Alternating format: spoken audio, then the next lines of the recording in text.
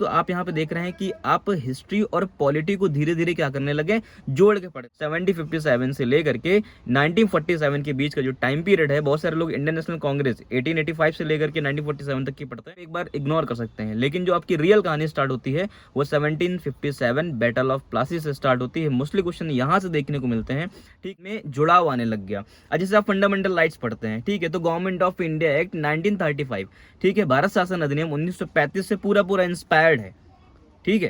तो पढ़ाई की थी हिस्ट्री की, ठीक है, तो मैंने गवर्नर जनरल से पकड़ा था कि गवर्नर जनरल ये काम किए थे। Hello future officer, this is me Altamas Mansoori and you are watching educator Altamas 2.0। I hope आप सभी बहुत अच्छे होंगे और आपकी तैयारी बहुत ही शानदार चल रही होगी। दोस्तों, आज मैं आपको एक चीज़ बताने वाला हूँ। देखिए, आप सभी की पढ़ने की अपनी अपनी स्ट्रैटेजी है और आपका अपना अपना एक स्टाइल है पढ़ने का। दोस्तों, ऐसे बहुत सारे बिगिनर्स हैं जिनको दोस्तों आइडिया नहीं होता है कि मैं पढ़ना स्टार्ट करूं तो कहाँ से स्टार्ट करूं।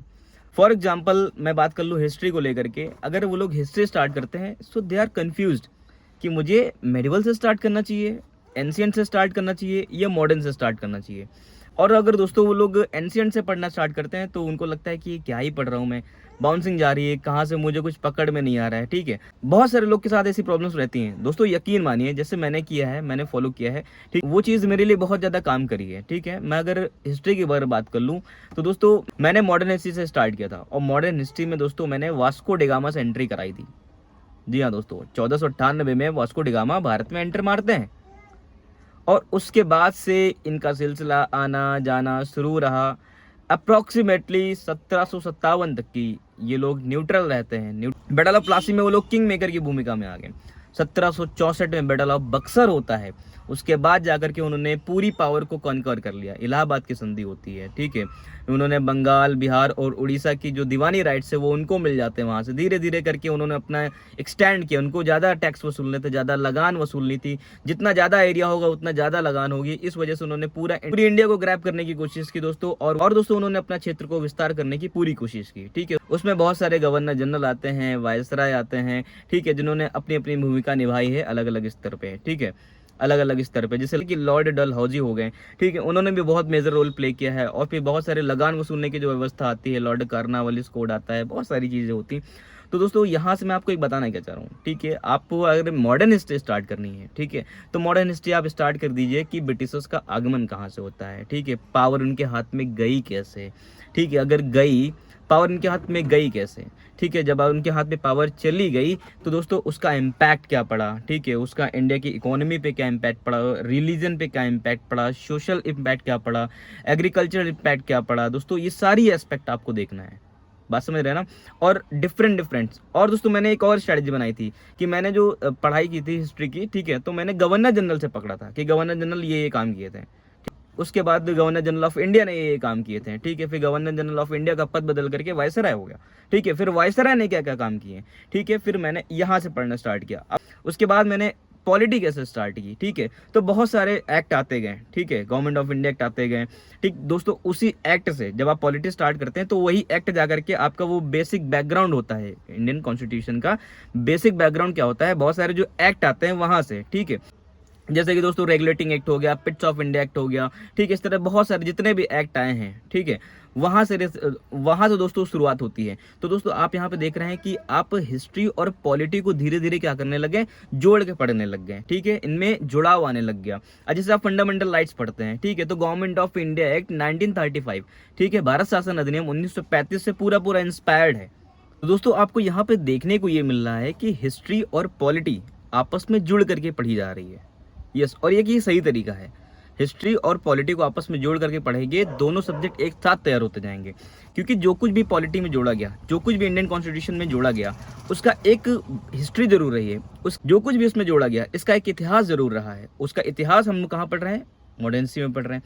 क्योंकि जो कॉन्स्टिट्यूशन की जो देन है, ठीक है, जो आप parliament form of the government देख रहे हैं, इसकी जो देन है वो किसकी देन है, वो ब्रिटिशर्स की देन है।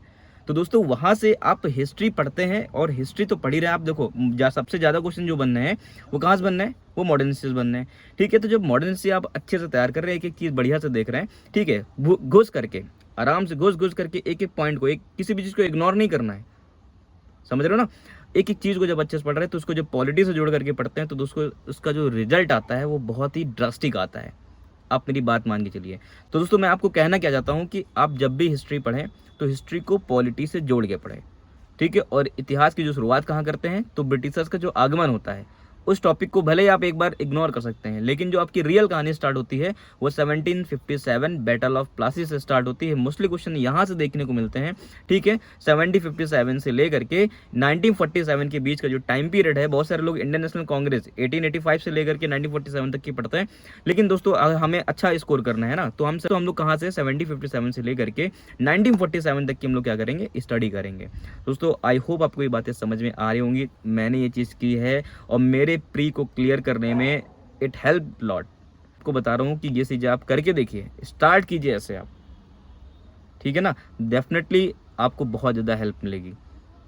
देखिए दोस्तों आपको बता दूं कि अनएम्प्लॉयमेंट इतना ज़्यादा आ रहा है, ठीक है दोस्तों। आपको बता दूं अनएम्प्लॉयमेंट इतना ज़्यादा बढ़ चुका है इंडिया में, इतना बेरोज़गारी हो चुकी है भारत में, तो दोस्तों आपको ये जॉब लेनी ही लेनी है। आप मेरी बात मान के चलिए दोस्तों। एक टाइम ऐसा आता है कि आपके घर वाले भी आपको कहना स्टार्ट कर देते हैं, समझ रहे हो ना, कि तुमसे हो नहीं पाएगा, तुम छोड़ दो, या फिर मैं पैसा नहीं लगा पाऊंगा तुम पे, ऐसा कर लो। देखिए सब लोग आते हैं तो मिडिल क्लास बैकग्राउंड से ही हैं, बात समझने की कोशिश कीजिए, ठीक है। तो इन सब चीज़ों को देख करके थोड़ा सा अपने अंदर मोटिवेशन लेकर आइए और जेन्युइन होकर के आप तैयारी कीजिए।